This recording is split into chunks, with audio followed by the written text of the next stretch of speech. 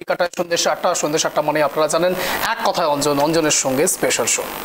বিশেষ করুন গতকাল থেকে ট্রাইব টিভি বাংলা শুরু থেকে শেষ অবধি প্রত্যেকটি খবরে যতগুলো আপডেট রয়েছে দেওয়ার চেষ্টা করেছে। গতকাল আমরা ডিবেট করেছিলাম, প্যানেল ডিসকাশন করেছিলাম, এবং প্যানেল ডিসকাশন থেকে যা উঠে এসছে তাতে সত্যি ট্রাইব টিভি বাংলা একেবারেই তৃপ্ত নয়। তার কারণ আমরা ডিবেট চেয়েছিলাম না, আমরা চেয়েছিলাম কোনো সুরাহা রয়েছে কিনা, কিন্তু না, দেখলাম কোনো সুরাহা পাওয়া যাচ্ছে না।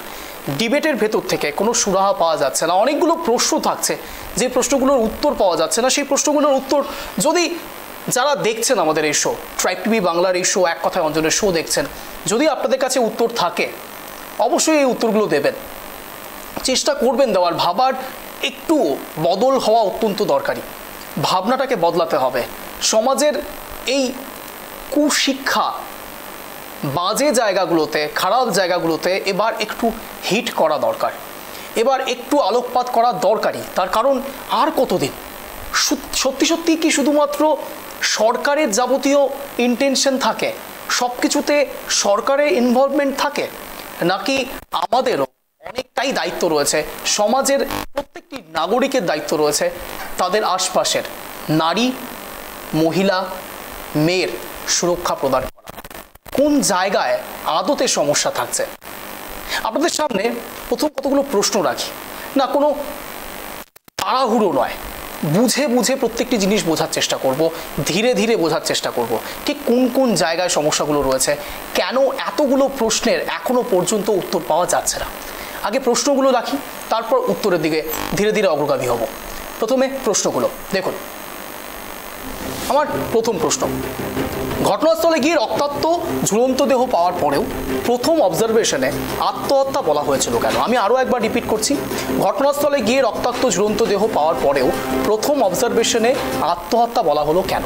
দ্বিতীয় প্রশ্ন আপনাদের সামনে রাখছি, মৃতার বাড়িতে ফোন করে সরাসরি আত্মহত্যা করেছে জানানো হলো কার নির্দেশে? মৃতার বাড়িতে ফোন করে সরাসরি আত্মহত্যা করেছে জানানো হলো কার নির্দেশে?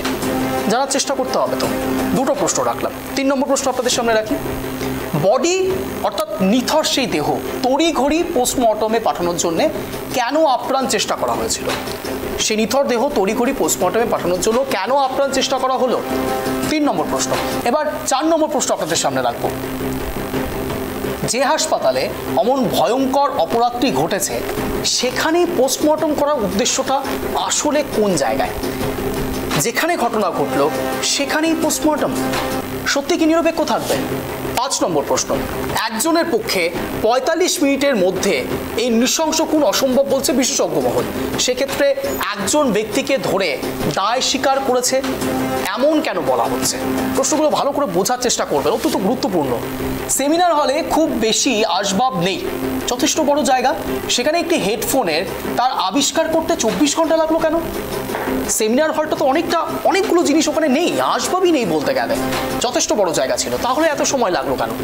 প্রিন্সিপাল অমন জঘন্য মন্তব্য করবার পরেও কোনো পদক্ষেপ করা হলো না কেন? যে প্রিন্সিপাল এই মন্তব্য করছেন, এতদিন ধরে যে মন্তব্যগুলো করেছেন, সেই মন্তব্যগুলো করবার পরেও তার উপর কোনো পদক্ষেপ থাকবে না? এতগুলো প্রশ্ন রয়েছে, আরও প্রশ্ন রয়েছে।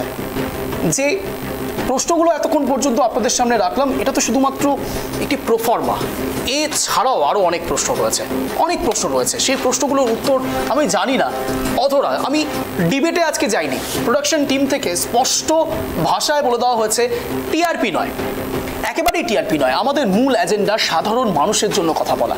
সাধারণ মানুষ এই বিষয়গুলো জানতে চাইছে বিভিন্ন আনাচে কানাচে।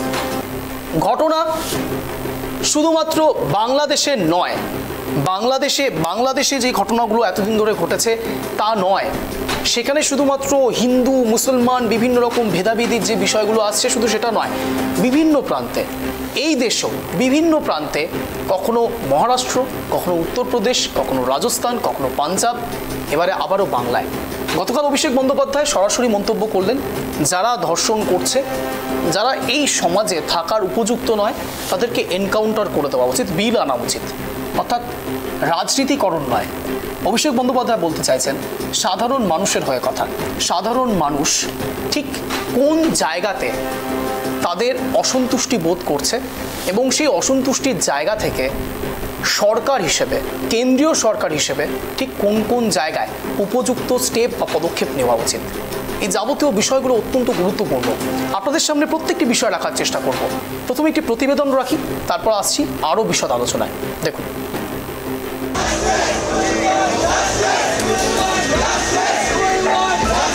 আরজিকর মেডিকেল কলেজ হাসপাতালে মহিলা চিকিৎসকের ধর্ষণ এবং খুনের পর 2 দিন কেটে গিয়েছে। ধৃত সিভিক ভলেন্টিয়ারকে জেরা করে একের পর এক তথ্য পাচ্ছে পুলিশ। তবে তারপরেও হাসপাতালে প্রতিবাদ বিক্ষোভ থামেনি। আরজিকর কাণ্ডের প্রতিবাদে কলকাতা সহ রাজ্যের বেশ কয়েকটি সরকারি হাসপাতালের চিকিৎসকেরা রবিবারও কর্মবিরতি পালন করছে।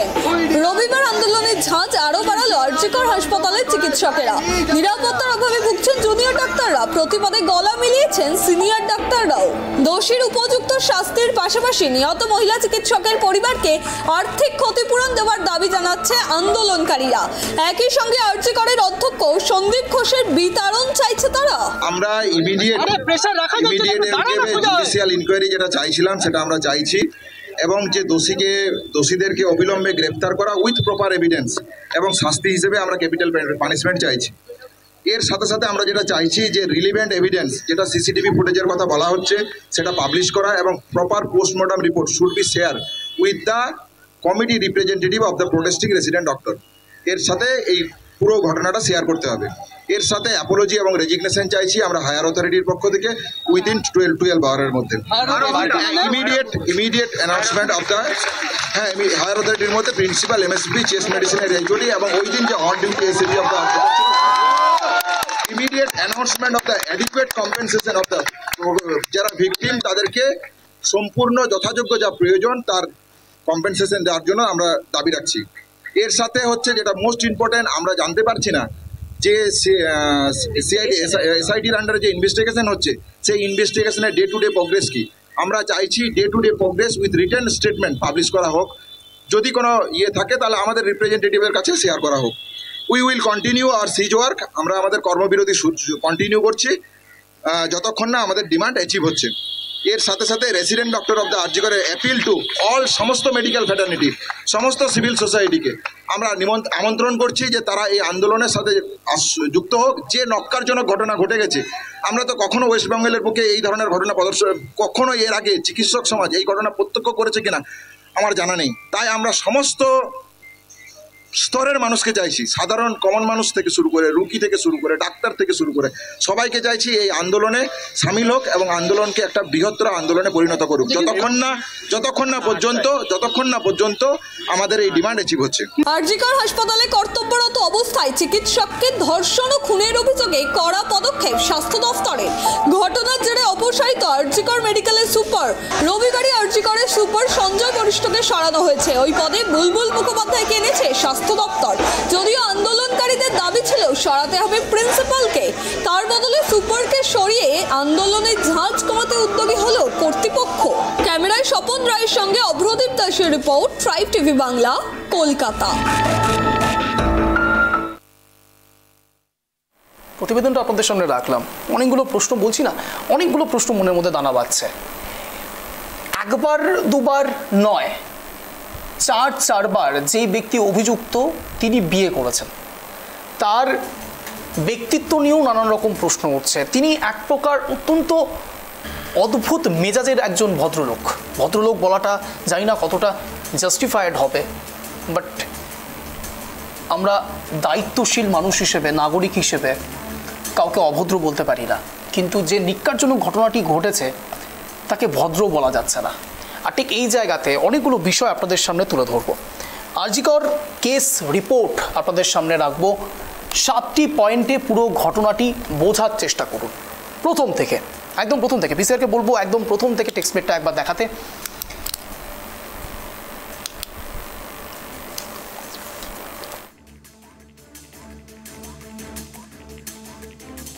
স্টার্টিং থেকে দেখুন। 31 বছর বয়সী এই শিক্ষানবিশ চিকিৎসক তার 2 জুনিয়রকে নিয়ে রাতের খাবার খেয়ে রাত 12টার হাসপাতালে সেমিনার গিয়েছিলেন। সকাল 6টায় তার অর্ধনগ্ন দেহ উদ্ধার। পুলিশ জানিয়েছে ওই শিক্ষানবিশ চিকিৎসককে ধর্ষণের পরে হত্যা করা হয়েছে। ভোর 3টে থেকে 6টার মধ্যে এই ঘটনাটি ঘটে। সিসিটিভিতে দেখা গিয়েছে অভিযুক্ত সঞ্জয়কে বিকেল 4টে সেমিনার হলে যেতে দেখা গিয়েছে। 3 নম্বর পয়েন্ট আপনাদের সামনে রাখবো, অর্থাৎ পুরো বিষয়টা আপনাদেরকে বোঝানোর চেষ্টা করছি। ময়নাতদন্ত প্রতিবেদনে বলা হয়েছে প্রশিক্ষণার্থী চিকিৎসকের গোপনাঙ্গ, চোখ এবং মুখ থেকে রক্তক্ষরণ হচ্ছিল, মুখে এবং নখে আঘাতের চিহ্নও ছিল। 4 নম্বর পয়েন্ট রাখি আপনাদের সামনে। এছাড়াও তার পেট, বাম পা, ঘাড়, ডান হাতে ও ঠোঁটে আঘাতের চিহ্ন রয়েছে, ঘাড়ও ভেঙে গিয়েছে। অন্যদিকে পুলিশের ধারা 103(1) হত্যা এবং ভারতীয় বিচারবিধির ধারা 64 ধর্ষণের অধীনে একটি মামলা নথিভুক্ত করেছে এবং এটিকে ধর্ষণ এবং হত্যার মামলা বলে বিশ্বাস করছে।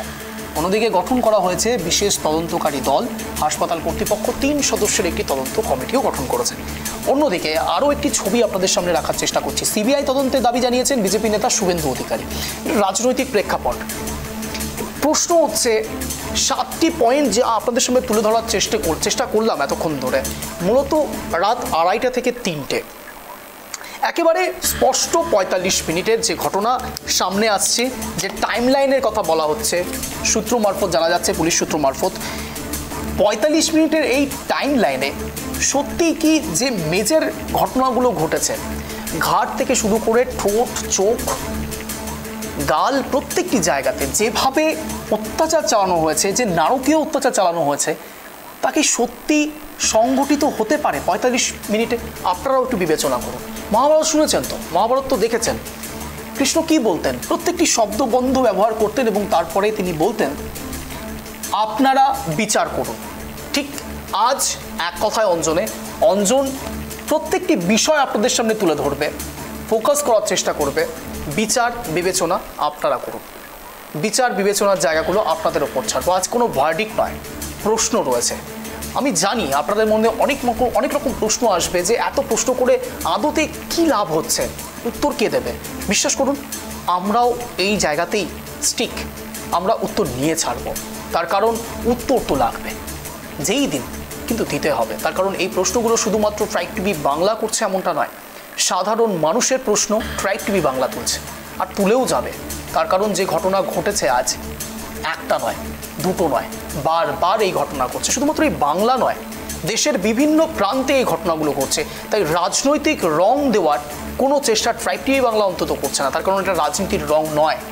সাধারণ মানুষ বারবার বিভ্রান্ত হচ্ছেন, সাধারণ মেয়েরা বারবার বিভ্রান্ত হচ্ছেন। আমি জানি না এই মুহূর্তে যারা আরজি কর মেডিকেল কলেজের এই ঘটনা, যেসব মেয়েরা এখন এই মোমেন্টে বসে ট্রাইব টিভি বাংলায় এক কথা অঞ্জনের এই শো দেখছেন, তারাও হয়তো বাড়িতে বসে বসে ভয় পান এই খবরগুলো দেখার পরে। কিন্তু বিশ্বাস করুন, খবর দেখিয়ে ভয় পাওয়ানোটা আমাদের উদ্দেশ্য নয়, আপনাদের হয়ে জবাব তোলাটা আমাদের উদ্দেশ্য।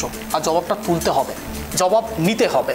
জবাব চায় তিলোত্তমা, জবাব চায় ট্রাইব টিভি বাংলা। তার কারণ দিনের পর দিন ঘটতে পারে না, দিনের পর দিন মহিলার সুরক্ষা নিয়ে, নারী সুরক্ষা নিয়ে প্রশ্ন উঠতে পারে না। নেক্সট প্লেট আপনাদের সামনে রাখবো। নেক্সট প্লেট, চিকিৎসক খুনের ঘটনায় নতুন তথ্য। 9 আগস্ট রাত 2:30 থেকে 3টে নাগাদ দোতলা 3তলার করিডোরের সিসিটিভিতে দেখা গিয়েছে সঞ্জয়কে, ঘটনা সূত্র। অন্যদিকে চেষ্টা বিভাগের কাছে সিসিটিভিতেও দেখা যায় তাকে, চেস বিভাগের কাছে সিসিটিভিতেও দেখা যায় তাকে, সূত্র মারফত জানা যাচ্ছে। চিকিৎসক খুনের ঘটনায় যে নতুন তথ্যগুলো এসছে সামনে, আপনাদের সামনে ধারাবাহিকভাবে রাখছি। সিসিটিভির ছবি হাসপাতালের নার্স এবং অন্যান্য কর্মীদের দেখানো হয়, সূত্র মারফত জানা যাচ্ছে। প্রত্যেকটি ঘটনাক্রম আপনাদের সামনে রাখছি। তারা সঞ্জয় রায়কে চিনতে পারে, অর্থাৎ সঞ্জয় রায়কে সিসিটিভি ক্যামেরায় দেখানোর পরে সঞ্জয় রায়কে তারা চিনতে পারে। তারা জানায় হাসপাতালে বিভিন্ন সময় রোগী ভর্তি করতে আসেন ওই ব্যক্তি, অর্থাৎ এই সঞ্জয় রায়ের কথা বলা হচ্ছে। অন্যদিকে আরও যা বিষয় সামনে আসছে, তদন্তে উঠে আসে রোগী ভর্তির কোনো প্রমাণ পাওয়া যায়নি, অর্থাৎ এই ব্যক্তি যিনি উঠেছেন ফ্লোরে, তিনি আদতেও কোনো রকম রোগী ভর্তি করতেই আসেননি। কথার মধ্যে অনেক অসঙ্গতি মেলায় গ্রেপ্তার করা হয় সঞ্জয়কে। এরপরে যে ঘটনাটি ঘটেছে, এই পয়েন্টটা ভালো করে মনে রাখবেন। তারপরে আরও একটি পয়েন্ট আপনাদের সামনে রাখবো, যা জানা যাচ্ছে সূত্র মারফত। পরের পয়েন্ট দেখুন, খুনের ঘটনায় পুলিশ তদন্তে নামে, অর্থাৎ ইনভেস্টিগেশনে নামে এবং সেখান থেকে তথ্য কালেক্ট করতে শুরু করে। অন্যদিকে সেমিনার হল থেকে পুলিশ একটি ব্লুটুথ হেডফোন পায়, আপনারা ব্যবহার করেন তো, সেই ব্লুটুথ হেডফোন সেখান থেকেও পাওয়া যায়। হেডফোন পাওয়ার পর পুলিশ সঞ্জয় সহ সন্দেহজনক ব্যক্তিদের একসঙ্গে দাঁড় করায়, অর্থাৎ ইনভেস্টিগেশনের জন্য। অন্যদিকে ওই ব্লুটুথ হেডফোনটি সন্দেহজনক ব্যক্তিদের কাছে নিয়ে গিয়ে কানেক্ট করার চেষ্টা করে পুলিশ। তার কারণ আপনারা তো নিশ্চয়ই জানবেন, পয়েন্ট অফ টাইমে যে অবজেক্ট পাওয়া যায় সেই অবজেক্টগুলো দেখে তারা তদন্ত করার চেষ্টা করেন। অন্যদিকে সে সময় হঠাৎ হেডফোনটি সঞ্জয়ের ফোনের সঙ্গে কানেক্ট হয়ে যায়, আর এখান থেকেই দানা বাঁধে রহস্য উদ্ঘাটনের। অন্যদিকে এরপরই সঞ্জয়কে গ্রেপ্তার করে পুলিশ, অর্থাৎ সেই হেডফোন কানেক্ট হয়ে যাওয়ার পরেই পুলিশ তাকে গ্রেপ্তার করে। বুঝতে পারছেন তো? এবং এবার যে পয়েন্টের কথা আপনাদের সামনে রাখবো, যে পয়েন্টের কথা আপনাদের সামনে রাখার চেষ্টা করছি, বলছিলাম যে এই সঞ্জয় যাকে গ্রেপ্তার করা হয়েছে তিনি কি বলছেন জানেন? তিনি বলছেন তিনি অনুতপ্ত নন। যে কথা বলছেন স্বয়ং মুখ্যমন্ত্রী মমতা বন্দ্যোপাধ্যায়, তিনি ফাঁসির সমর্থক নন তিনি ফাঁসির, কিন্তু যে ঘৃণ্য কাজ হয়েছে তার সত্যি পরিবার যা দাবি করে তিনি তাকে সমর্থন করবেন। অর্থাৎ পরিবার যদি সিবিআই তদন্ত চায়, মুখ্যমন্ত্রী তাকে শিরমোহর দেবেন। অন্যদিকে অভিষেক বন্দ্যোপাধ্যায়ের মতামত গতকাল যা দেখিয়েছি আপনাদের সামনে, তা সত্যি অত্যন্ত একজন বলিষ্ঠ নেতা হিসেবে তার কাছ থেকে হয়তো সাধারণ মানুষ এমনই বক্তব্য আশা করেন। এর বাইরেও কিছু কথা রয়েছে আইন প্রণয়ন নিয়ে, রাজনীতি নয়, রাজনীতিকরণও নয়। বোঝার চেষ্টা করুন কোন জায়গায় আদতে সমস্যাগুলো রয়েছে। আমাদের এই দেশে আপনি জানবেন, আপনারা নিশ্চয়ই জানবেন, আপনাদেরকে আমরা যথেষ্ট বুদ্ধিজীবী বলেই মনে করি, আপনারা জানবেন যারা এই মুহূর্তে শো দেখছেন, আমাদের এই দেশে ধর্ষণ মামলায় সত্যি কি জাস্টিফাইড দৃষ্টান্তমূলক কোনো শাস্তি রয়েছে? সরাসরি কেন্দ্র সরকারকে প্রশ্ন, সরাসরি যারা বিল পাস করেন তাদেরকে প্রশ্ন করছি আমরা। যারা ধর্ষণ করছেন তাদের জন্য দৃষ্টান্তমূলক শাস্তি যদি থেকে থাকে, আমরা আর্টিকেল জানি না, সংবাদ মাধ্যমের কর্মী হিসাবে সব বিষয়ে ভার্ডিক্ট দেওয়া আমাদের কাজ নয়, আইনজীবীরা জানবেন, কিন্তু আমাদের সহজ মানুষ হিসাবে কিছু প্রশ্ন রয়েছে। সেই প্রশ্নগুলো শুধু আপনাদের সামনে রাখছি। সংবিধান বোঝার চেষ্টা করছি না এই মোমেন্টে, আমরা জানতে চাইছি সাধারণ মানুষের হয়ে সত্যি কি ধর্ষণ যারা করেন তাদের উদ্দেশ্যে এমন কোনো দৃষ্টান্তমূলক উদাহরণ সেট করা যায় না যার পরে যারা এই নারকীয় ঘটনাগুলো ঘটান তাদের মাথার মধ্যে কিছু স্ট্রাইক করে, তারাও কিছু চিন্তা করে যে এগুলো করা উচিত না, না করলে বা করলে এরকম হতে পারে। অর্থাৎ দুটো বিষয়ের দিকে ফোকাস করার চেষ্টা করছি। এক, সেক্স এডুকেশন, যেটা গতকালও আপনাদের সামনে রেখেছিলাম। দুই, মেন্টালিটি ঠিক করা। সেক্স এডুকেশন অ্যান্ড মেন্টালিটি ঠিক করতে গেলে দুটো ক্ষেত্রেই, এক এডুকেশন সিস্টেম, দুই বিল, দুটোই অত্যন্ত নেসেসারি। আর ঠিক এই জায়গাতে নেক্সট প্লেট আপনাদের সামনে রাখবো। দেখুন,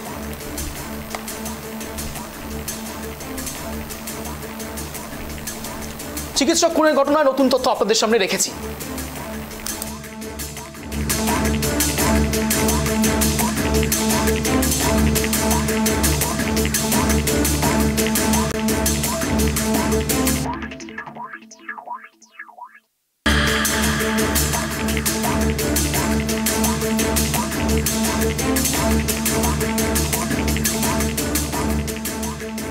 দেখাচ্ছিলাম আপনাদের চিকিৎসক খুনের ঘটনায় যে তথ্যগুলো সামনে এসছে, প্রত্যেকটি ঘটনা ধারাবাহিকভাবে রাখার চেষ্টা করছি, বোঝানোর চেষ্টা করছি আপনাদের এক্স্যাক্ট ঘটনাগুলো কি ঘটেছে এবং সহজভাবে সাধারণ নাগরিক হিসেবে কি কি সমাধান আপনারা চান সেই সমাধানগুলো আপনাদের সামনে তুলে ধরার চেষ্টা করছি। কিন্তু প্রশ্ন উঠছে, যিনি অভিযুক্ত, যাকে গ্রেপ্তার করা হয়েছে, তার সম্বন্ধেও জানা অত্যন্ত দরকারি।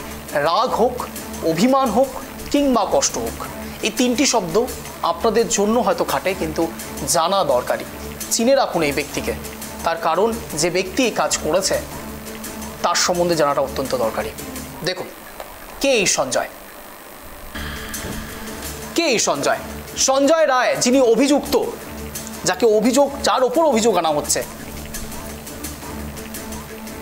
কে এই সঞ্জয় জানার চেষ্টা করবো। সেখান থেকে তার কীর্তি শুরু হয়, কোথা থেকে শুরু হয়, এবার একটু ফ্ল্যাশব্যাকে যাব। সঞ্জয় রায় 2019 সালে সিভিক ভলেন্টিয়ারের চাকরি পেয়েছিল। 2019 সাল সিভিক ভলেন্টিয়ারের চাকরি পেয়েছিল। নেক্সট দেখুন, সঞ্জয়ের পোস্টিং ছিল বিপর্যয় মোকাবিলা দপ্তরে। 2019-এ পোস্টিং, বিপর্যয় মোকাবিলা দপ্তরে সঞ্জয়ের প্রথম পোস্টিং হয়। সেখান থেকে তার কীর্তি শুরু হয়। ঠিক এই শব্দবন্ধ কেন ব্যবহার করছি জানতে পারবেন। দেখুন, সঞ্জয় প্রভাব খাটিয়ে একদিনও সেখানে কাজ না করে চলে যায় ওয়েলফেয়ার কমিটিতে। অর্থাৎ বুঝতে পারছেন এই ব্যক্তি আদতে কেমন ধরনের মানুষ। আরেকটু ক্লিয়ার করছি আপনাদের সামনে। নিয়ম ভেঙে পুলিশের ব্যারাকে থাকতো আরজি কর নির্যাতন কাণ্ডে অভিযুক্ত এই সঞ্জয় রায়, অর্থাৎ পুলিশের কাছে, পুলিশের নিকটবর্তী জায়গায়। তবে মহিলা সংক্রান্ত বিষয়ে এর আগেও নাম জড়িয়েছে তার, অর্থাৎ যে নাম বারবার উঠে আসছে, যে অভিযুক্ত, সূত্র মারফত জানা যাচ্ছে মহিলা সংক্রান্ত বিষয়ে এর আগেও তার নাম জড়িয়েছে। অন্যদিকে আগে নিজের সহকর্মীদের উত্ত্যক্ত করতেন বলে অভিযোগ রয়েছে সঞ্জয়ের বিরুদ্ধে, এটাও সূত্র মারফত জানা যাচ্ছে।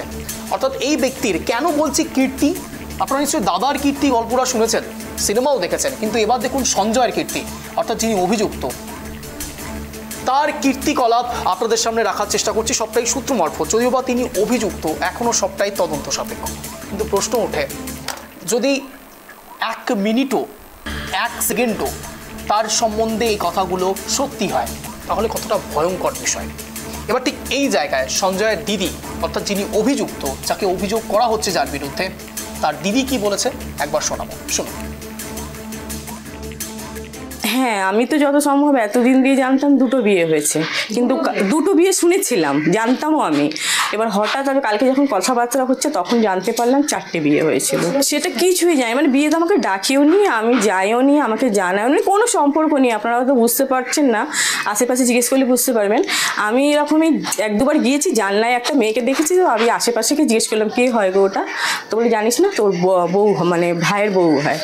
সেটা একটা যেন অনেক দিন পরে আবার অন্য একটা মেয়েকে দেখলাম, অনেক দিন মানে অনেক বছর পর, কিছুদিন আগে, তখন জিজ্ঞেস করলাম, তখন বললো কি হ্যাঁ এটা বিয়ে দিয়েছে। তারপরে হঠাৎ একদিন জানতে পারি কি তার ক্যান্সার হয়েছিল, মারা গেছে। না সেটা তো না, আমি আশেপাশে থেকে শুনেছিলাম পুলিশে করে, না সেরকম কিছু না, আশেপাশের লোকেরাও হয়তো জানে না, ওরা শুধু বললো পুলিশে করে, তো পুলিশে যা হয় চাকরি সেটাই ভেবেছিলাম। এখানে তো আমি তো জানি না, আমি তো কালকে সব টিভিতেই সব জানতে পারছি, কেউ ভর্তিও করাতো, এই করাতো, আমি তো এসব কিছু জানতামই না। আমি ভাবতাম নর্মাল যেরকম ছেলেরা হয় পুলিশে চাকরি করে সেরকম হয়তো একটা নর্মাল ছেলে পুলিশে, কিন্তু অত যে ভর্তি করাতে পারতো সেটা কোনোদিন শুনিও নি, এখানে মনে হয় না কাউকে করিয়েছে, আর আমি তো জানতামও না। হ্যাঁ নর্মাল ছিল, পুরো নর্মাল, কোনো অস্বাভাবিকতা থাকলে আমি বলতাম নিশ্চয়ই, পুরো নর্মাল যেরকম সব ছেলেরা হয়। আমার তো যেরকম অনেক দাদা তো দেখি কেমন হয়, যেমন ছিল ভাই ছোটো তেমনি ছিল, পড়াশোনা করতো, বক্সিং করতো, ব্যাস যেমনি ছিল সেমনি। না 17 বছর মানে কতটা লম্বা সময় বলুন না, তার মধ্যে ওরা চাকরি পেয়েছে, থাকতো, ওরাও খোঁজ নিত না, আমিও খোঁজ, আমার বাবা মারা যায় তখনও আমি যাইনি, ওরা আমাকে জানায়ও নি, যাইও নি। না আমি তো 2টো জানতাম, একটা তো জানতাম কি ছাড়াছাড়ি হয়ে গেছে প্রথমে যেটা ছিল, তারপরে যে 2টো কার সাথে হয়েছে সেটা আমি জানিও না, দেখিও নি কোনোদিন। আর ভাই বোন বললেন আপনারা? আমরা 5 জন ছিলাম, একজন মারা গেছে, 4 জন আছে। যা সরকারকে মনে হবে, আমি তো কিছু বলতে পারি না, যা করে যদি এই কাজটা করেছে তো খুব অন্যায়ের কাজ করেছে, তো এটা তো উচিত না করা। এবার যদি দোষী প্রমাণিত হয় যা শাস্তি দেবে মেনে নেব। আচ্ছা, দর্শকদের উদ্দেশ্যে একটি কথা বলবো, অনেকেই হয়তো আরজি কর নিয়ে আওয়াজ তুলছেন, কথা বলছেন, কিন্তু আপনাদের একটি বিষয় জানতে হবে, আপনাদের উদ্দেশ্যে বলছি, protest against rape without disclosing rape victims identity, মাথায় রাখবেন এটা, it is not legal. The Indian penal code 1860 IPC section 228A forbids printing or publishing the name or any other information that reveals the identity of a rape victim। অর্থাৎ যে ধারা আপনাদের বললাম penal code, অর্থাৎ আপনাদের মাথায় রাখতে হবে কোনো রকম রেপ ভিকটিমের ছবি উইদাউট ব্লাড আপনারা এইভাবে ছাড়তে পারেন না, মাথায় রাখবেন। তার কারণ আপনাদের ইমোশন আমাদেরও ইমোশন, আপনাদের কথাই আমরা তুলছি, তাই বারবার বলছি কেউ রেপ ভিকটিমের ছবি শেয়ার করবেন না।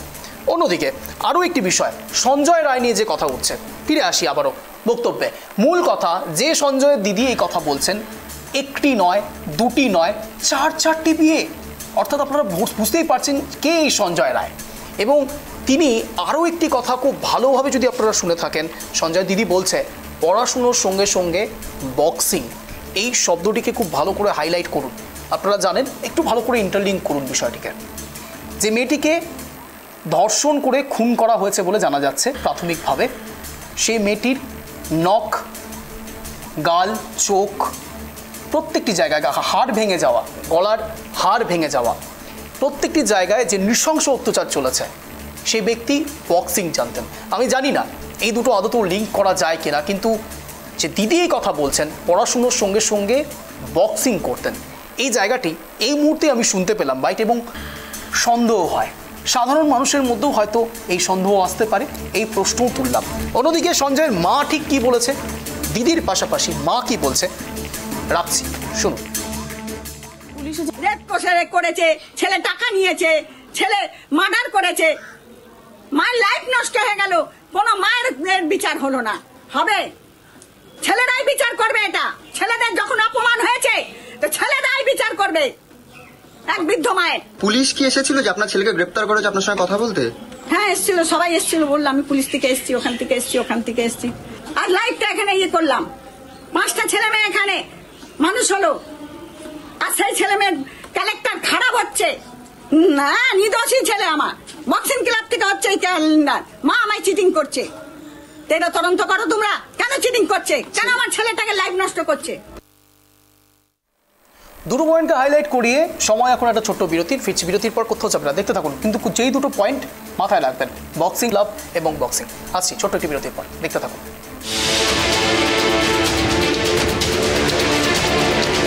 বিরতির আগে আপনাদের দুটো শব্দের দিকে ফোকাস করতে বলেছিলাম, এক বক্সিং ক্লাব এবং বক্সিং। আপনারা জানেন যে মহিলার ওপর নির্যাতন করা হয়েছে বলে জানা যাচ্ছে, যে অভিযুক্ত তিনি বক্সিং করতেন, এমনটা বলছেন সঞ্জয়ের দিদি, এবং সঞ্জয়ের মা অন্য কথা বললেন, অর্থাৎ বললেন রহস্যের কথা। তার ছেলেকে ফাঁসানো হয়েছে, অর্থাৎ তিনি সরাসরি আঙুল দেখাচ্ছেন বক্সিং ক্লাবের দিকে।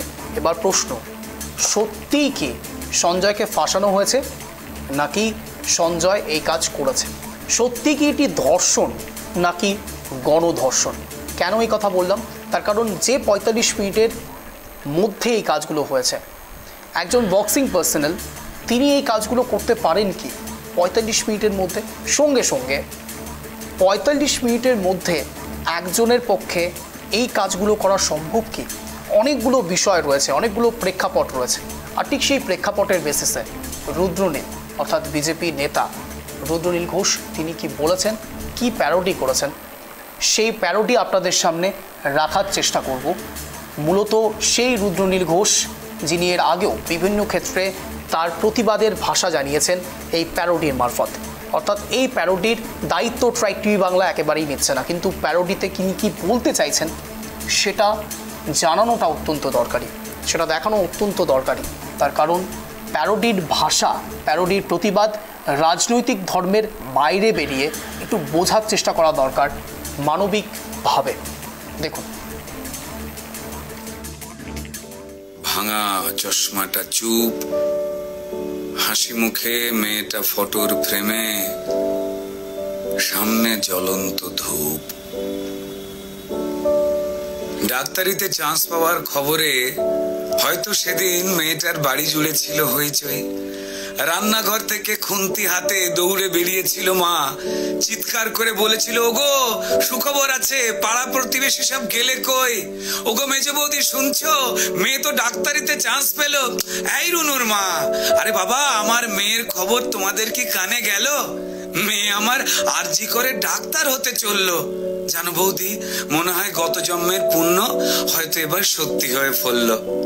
আত্মীয় স্বজন হেসে উত্তর দিয়েছিল, ব্যাস আর চিন্তা কি বৌদি, তোমার মেয়ে তো আমাদেরও মেয়ে, অসুখ বিসুখ মানে এবার এ বাড়িতেই ডাক্তার। মা বলেছিল, আরে কি যে সব বলো বৌদি, এসব না তোমাদের বাড়াবাড়ির আবদার। শোনো বৌদি, আমার মেয়ে না দেশের সব খবর জানে, কত গরিব মানুষ চিকিৎসা পায় না। আরে বাবা, তাদেরই তো বাঁচাতে হবে প্রাণে। ঠাম্মা পাশের ঘর থেকে বেরিয়ে বলেছিল, হ্যাঁ তোরা আমায় কি একটু কথা বলতে দিবিনি? তা বলি গলায় স্টেথোস্কোপ ঝোলার পর আমাদের চিনতে পারবে তো আমাদের এই ছোট্ট ডাক্তার নেই? সেই স্টেথোস্কোপের গাটা ঠান্ডা, ভাঙা চশমাটা চুপ, হাসি মুখে মেয়েটা আজ ফটোর ফ্রেমে, সামনে জ্বলন্ত ধূপ। টানা 36 ঘন্টার ডিউটি দিয়ে মুমূর্ষু রোগীর সেবা করে, বন্ধুদের সাথে খাবার খেয়ে গলার স্টেথোস্কোপটা খুলে মেয়েটা ঢুকেছিল সেমিনার ঘরে। ভেবেছিল দু চোখ বুঝে একটু জিরিয়ে নি। সেই যে দু চোখ বন্ধ হয়েছিল সে দু চোখ আর খোলেনি। সেমিনার রুমে যে ক্লান্ত ডাক্তারনি ঢুকেছিল, সকালে সে বেরিয়েছিল ক্ষত বিক্ষত বডি হয়ে। আর স্টেথোস্কোপের গাটা ঠান্ডা, ভাঙা চশমাটা চুপ, হাসি মুখে মেয়েটা ফটোর ফ্রেমে, সামনে জ্বলন্ত ধূপ। যে দিত প্রাণ সেই দিল প্রাণ, হাসপাতালের ঘরে শরীর জুড়ে হাজার ক্ষত, মেয়েটা গেলই মরে। খুবলে খেলো শরীরটাকে, ভাঙলো গলার হাড়, খুবলে খেলো শরীরটাকে, ভাঙলো গলার হাড়। পশুর দলে কে কে ছিল, জমাট অন্ধকার। তড়িঘড়ি হলো ধরা একটা সিভিক পুলিশ, তড়িঘড়ি হলো ধরা একটা সিভিক পুলিশ। এই অপরাধ একার যে নয়, যতই বানাও পুলিশ। মন্ত্রী, পুলিশ, দিশেহারা, অজুহাতের শেষ। মানুষ যদি ক্ষেপে ওঠে যেমন বাংলাদেশ, তাই তড়িঘড়ি ঝোলাও ফাঁসি, সে মুখ যেন না খোলে। ষড়যন্ত্র ফাঁসের আগেই ফাঁসিতে সে ঝোলে। পড়ছে মনে ভুলে যাওয়া ধনঞ্জয়ের কথা, যাবজ্জীবন শেষের আগেই ফাঁসির গল্প গাথা। সেম সিলেবাস এ গল্পতেও বুনছে রাজা রানী, সেম সিলেবাস এ গল্পতেও হয়তো বুনছে রাজা রানী। তাই তড়ি ঘড়ি জ্বালানো মেয়ে কেন সবাই জানি। শুধু জানলো না মেয়ে চিতে শুয়ে তার কি অপরাধ, ভোটার লিস্টে তার নামটা কেবল শুধু বাদ। জানেই না সে তার জন্য প্রতিবাদের ঢেউ, তার ঘটনায় সিংহাসনের ভয় পাচ্ছে কেউ। কার জন্য কার পেটেতে লাল রক্তের ছোপ, কার জন্য অপেক্ষাতে একটা স্টেথোস্কোপ। ওই স্টেথোস্কোপের গাটা ঠান্ডা, ভাঙা চশমাটা চুপ, হাসি মুখে মেয়েটা ফটোর ফ্রেমে, সামনে জ্বলন্ত ধূপ। ফেলে মুখ বাবা মায়ের, প্রতিবেশী স্তব্ধ। আরজি করের বন্ধ ঘরে সত্যিটা আবদ্ধ। বিবস্ত্র ক্ষত দেহ দেখেও প্রথমে আত্মহত্যা ঘোষণা, তারপর বিধ্বস্ত বাবা মাকে চুপ করাবার নাটকে ফোন। অপদার্থ স্বাস্থ্য বিভাগ আর দালাল পুলিশ খুঁজে খালি অজুহাতের কোণ। মেয়েটা ডাক্তার হতে চেয়েছিল এ পোড়া রাজ্যে, তা না হয়ে হলো খবর। সিন্ডিকেটের সরকার চায় না ডাক্তার, তাই স্বপ্নকে দাও কবর। অফিস আদালতে মাঠে ঘাটে ঢোকাও নিজের লোক, ক্ষমতা আর টাকার লুঠের নেশায় মানুষ মরুক, শুধু ক্রিমিনালের জয় হোক। ক্রিমিনালরা মাটিতে পায় বীরের তকমা, তারাই রানী মায়ের হোপ। আর হাসপাতালের বেড তো ক্রিমিনালের জেল যাত্রা আটকাবার জন্য, মরুক ডাক্তারের স্টেথোস্কোপ। স্টেথোস্কোপের গাটা ঠান্ডা, ওই ভাঙা চশমাটা চুপ। ডাক্তার নি আজ ফটোর ফ্রেমে, সামনে জ্বলন্ত ধূপ। হাসি মুখে ফটোর ফ্রেমে, সামনে জ্বলন্ত ধূপ। এই দুটো শব্দ অত্যন্ত প্রাসঙ্গিক হতে পারে, কিন্তু আবারও বলছি, রুদ্রনীল ঘোষের এই প্যারোডি ট্রাইব টিভি বাংলা কোনোভাবে প্রভোগের নেশায় করছে না, কিংবা রুদ্রনীল ঘোষের এই বক্তব্যের সঙ্গে ট্রাইব টিভি বাংলার কোনো সম্পর্ক নেই। রুদ্রনীল ঘোষের সম্পূর্ণ ব্যক্তিগত মতামত, ব্যক্তিগত কারণে। কিন্তু প্যারোডিগুলো কেন দেখাচ্ছি, ট্রাইব টিভি বাংলায় কেন দেখাচ্ছি? এই প্যারোডি শুধুমাত্র রাজনৈতিক আঙ্গিকে দেখানোর জন্য নয়, এই প্যারোডি, যে বক্তব্য, সেই বক্তব্য সাধারণ মানুষের সাধারণ নাগরিকদের তার সঙ্গে সঙ্গে তার সেই নারকীয় ঘটনায় ভালো অনেকে থেকে থাকে, আরো অনেক তাদের জন্য আপনার বাড়িতেও মেয়ে রয়েছে, আপনার বাড়িতেও বোন রয়েছে, একবার ভাবুন, একবার চিন্তা করুন আপনারও কোনো মেয়ে ডাক্তার হওয়ার আশাটা ছেড়ে দিন, অনেক প্রফেশন হতে পারে, প্রফেশন নাও হতে পারে, তিনি একজন হোম মেকারও একজন মেয়ের দায়িত্ব আপনার যেমন রয়েছে তেমন সমাজের রয়েছে। এই জায়গার সামনে আপনাদের সামনে আরো অনেক তথ্য রাখা দরকার, অনেকগুলো বিষয় রাখা দরকার। সে তথ্যটা হলো এই মুহূর্তে দাঁড়িয়ে মৃতার পরিবারের বাড়ি থেকে বেরিয়ে অ্যাডিশনাল সিপি 1 মুরলীধর শর্মা সাংবাদিকদের মুখোমুখি হয়ে কিছু বক্তব্য পেশ করেছেন, সেটাও আপনাদের সামনে রাখছি। আরজিকরের যে ঘটনা হচ্ছে সেই ঘটনার পরিপ্রেক্ষিতে আমাদের যে যেটা ইনভেস্টিগেশন হয়েছে, আমরা বাড়ির লোকের সাথে সেই ইনভেস্টিগেশন কি আমরা ইনভেস্টিগেশনে করেছি সেটা ওনার সাথে আজকে শেয়ার করতে এসেছি। ওনাকে আমরা পুরো বিষয়টা যেটা আমরা ইনভেস্টিগেশনে করেছি ওটা ওনাদেরকে আমরা পুরো বলেছি এবং আমাদের ফার্দার স্টেপ কী হবে সেটাও ওনাদেরকে আমরা জানিয়েছি এবং ওনাদের কি বক্তব্য ছিল ওটাও আমরা শুনেছি, ওটা আমরা নোট করে নিয়েছি এবং ফ্যামিলি আমাদেরকে অ্যাসিওর করেছে ওরা আমাদেরকে কোঅপারেট করবে এবং ওরা বলেছে কি ওদের আমাদের উপর ভরসা রয়েছে।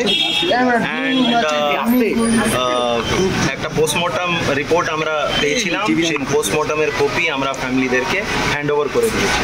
আমাদের এটা পুরো রিপোর্ট ফুল রিপোর্ট যেটা পোস্টমর্টমের এসছে আমরা ফ্যামিলিদেরকে দিয়ে ফেলছি। আমরা আবার বলেছি, ফ্যামিলিকেও বলেছি, আপনাদেরকেও বলছি, আপনাদের মাধ্যমে সবাইকে বলছি, আমাদের ইনভেস্টিগেশন পুরোপুরি ট্রান্সপারেন্টভাবে চলছে।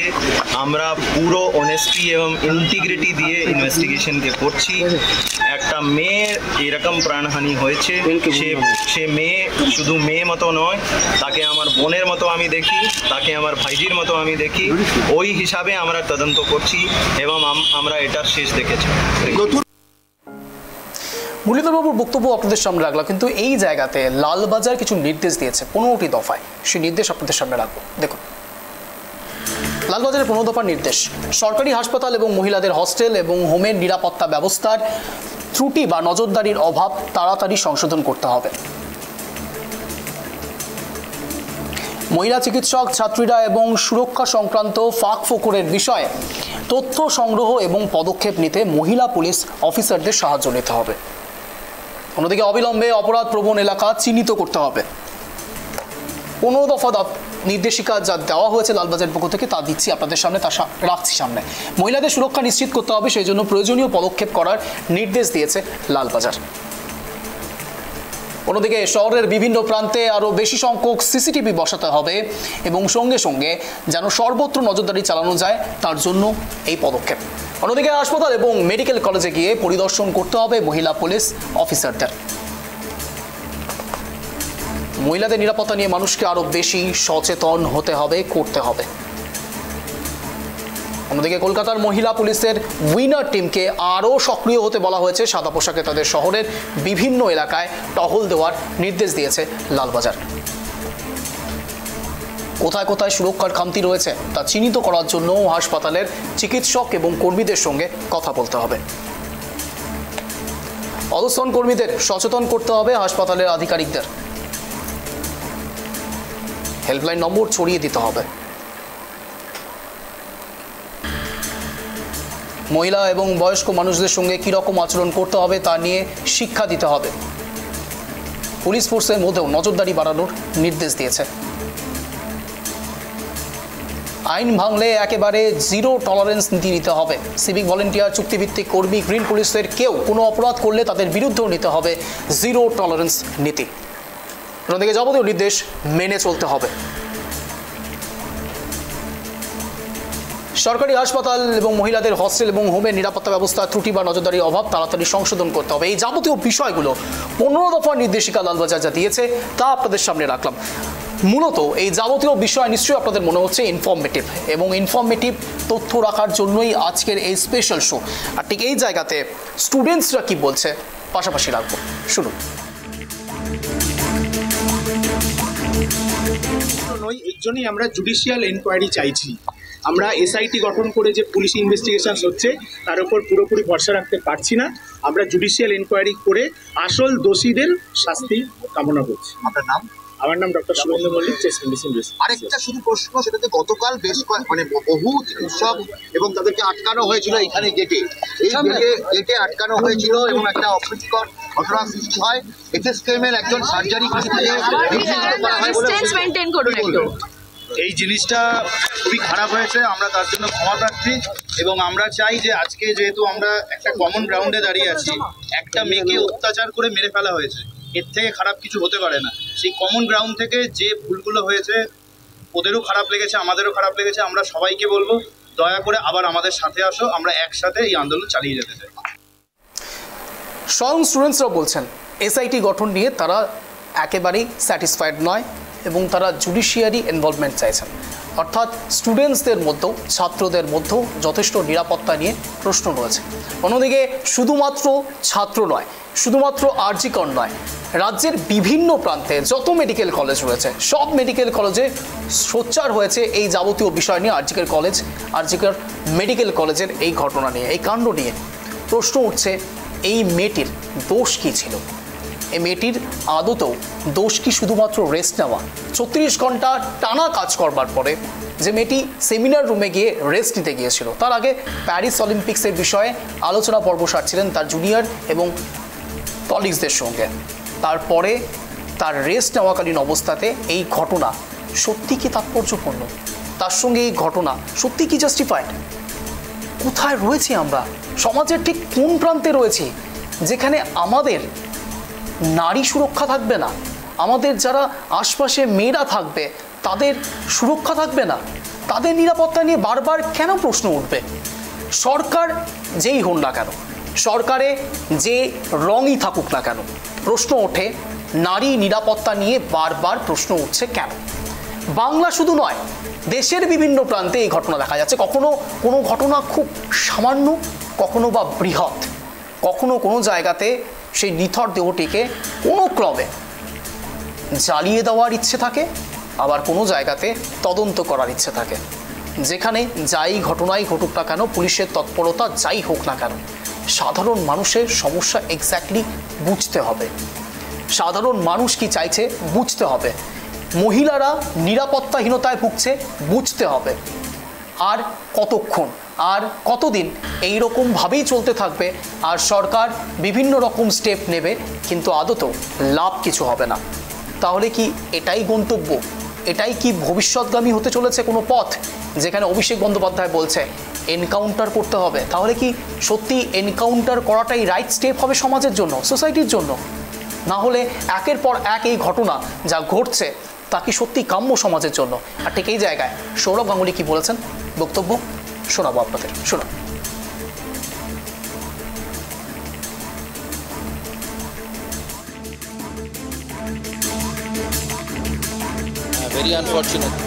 very unfortunate. A strict action নেওয়া উচিত. There should be strict action against it.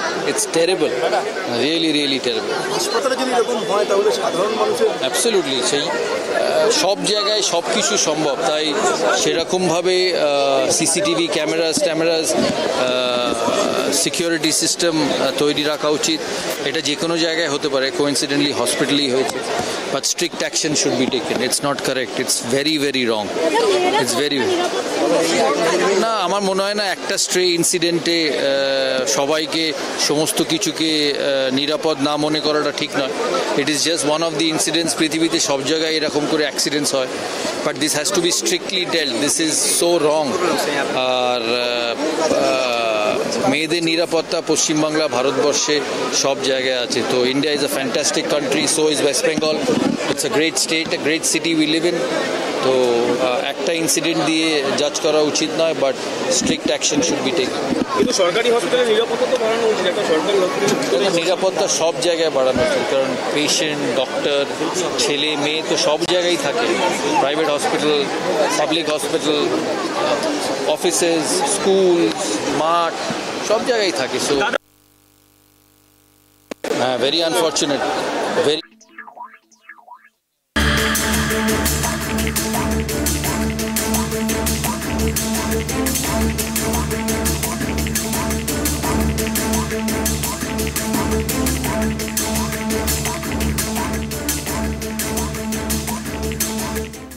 এই মুহূর্তে যেদিকে নজর রাখবো, বিনীত গোয়েল পুলিশ কমিশনার কি বলছেন নজর রাখবো। ফ্যামিলির সঙ্গে দেখা করতেও গিয়েছিলেন।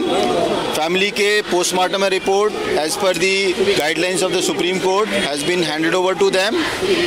স্টুডেন্টদের যে কোয়ারিজ ছিল ওদেরকে অ্যাড্রেস করা হয়েছে। আমরা মনে করি দে আর স্যাটিসফাইড। যদি ওদের কোনো কিছু ডাউট থাকে যে কোনো সময় আমাদের কাছে অ্যাপ্রোচ করতে পারেন। আর এটা not applicable for students of this institute RG করি অনলি, এনি আদার কলেজ। এখন নানা ধরনের গুজো চারদিকে চলছে, মাল্টিপল লোক ইনভলভ আছে, কাউকে প্রোটেক্ট করার চেষ্টা করা হচ্ছে, 3 জনের সিমেন পাওয়া গেছে, all kinds of stories are floating. These are rumors. We have told them. They also had these queries ki 2 জনের সিমেন কি 3 জনের সিমেন আছে, কাউকে প্রোটেক্ট করা হয়েছে या something. We are absolutely transparent as far as this is concerned. যদি কারো কোনো কোয়েরি থাকে আমাদের কাছে যোগাযোগ করতে পারে, আর আমরা ওটাকে অ্যাড্রেস করব। স্টুডেন্টদের মধ্যে আমাদের এটাই আপিল, আপনাদের কিছু যদি কোনো খবর থাকে কি এই লোকটার ইনভলভমেন্ট থাকতে পারে, we will absolutely look at it from all perspectives. We have nothing to hide. Forensic মেডিসিনের যারা ডক্টর তাদের সঙ্গে কি আপনারা কথা বলবেন, মানে কজ অফ? Absolutely. যে প্রয়োজন আছে প্রত্যেকটা লোকের সঙ্গে কথা বলা হবে। We will take an opinion also regarding injury marks, regarding other things. One person, more person, based on the injuries on the victim, accused এর উপরে injury marks আছে, what it could be. We will do everything possible which is required.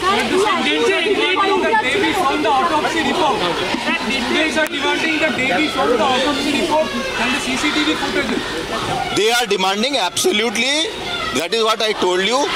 We will have to. Autopsy report has been already been shared with the family. Family সঙ্গে already share করা হয়ে গেছে। ফ্যামিলির কাছে autopsy report আছে। CCTV ব্যাপারেও আমরা ওদেরকে বলেছি যে সুপ্রিম কোর্টের গাইডলাইন্স যে আছে সে আমরা অবভিয়াসলি ভায়োলেট করতে পারি।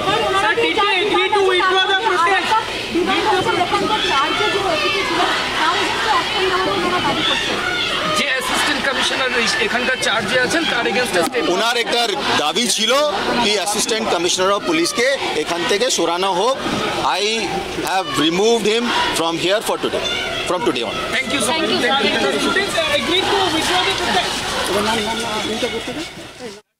To them. This is something which they have to decide for themselves. And আমি ওদেরকে বারে বলেছি, অন্য লোককেও বলছি, গুজোর কান দেবেন না। We are transparent. আমাদের কাছে চলে আসুন। আপনাদের জিজ্ঞাসা থাকলে we will reply to you. We will also একটা আমরা ফোন নম্বরও হেল্পলাইন নাম্বার জারি করে দেব। ওই ফোনে ফোন করেও আমাদেরকে অ্যানোনিমাসলিও কেউ টোল ফ্রি একটা ফোন নাম্বার আমরা জারি করে ওখানে আপনারা করতে। একেবারে অন্তিম লগ্নে রয়েছে বিনীত গোয়েল কি বললেন আপনারা শুনলেন। বিনীত গোয়েল বলছেন 3 জন হতে পারেন, 2 হতে পারে, 1 হতে পারে। সিমেন্ট নিয়েও যদি কোনো ধোঁয়াশা থাকে তারা সব কিছু ট্রান্সপারেন্সি রাখবেন, অর্থাৎ পরিষ্কার পরিচ্ছন্ন রাখবেন, সম্পূর্ণ তদন্ত পরিষ্কার পরিচ্ছন্ন থাকবে। বিশ্বাস করুন ট্রাইব টিভি বাংলাও এই আশাই রাখছে আপনাদের কাছে, তার কারণ এর হেস্তনেস্ত হওয়া সত্যিই দরকার, এর একটি সঠিক গাইডলাইন থাকা দরকার এবং এর শেষ সীমাও দেখা দরকার। আর কতবার হবে এই একই ঘটনা বারবার বাংলায় এবং দেশের বিভিন্ন প্রান্তে? অন্তত একটি দৃষ্টান্তমূলক উদাহরণ হওয়া অত্যন্ত দরকারি। এই কথা বলেই আজকের এই স্পেশাল শো শেষ করছি এবং আশা রাখছি সমস্ত পুলিশ প্রশাসনের কাছে, এবং আমরা আশাবাদী সাধারণ জনগণের হয়ে দায়িত্বশীল সংবাদ মাধ্যম হিসেবে এই ঘটনার শেষ আমরা সবাই দেখব। জয় হবেই তিলোত্তমার, জবাব চায় তিলোত্তমা।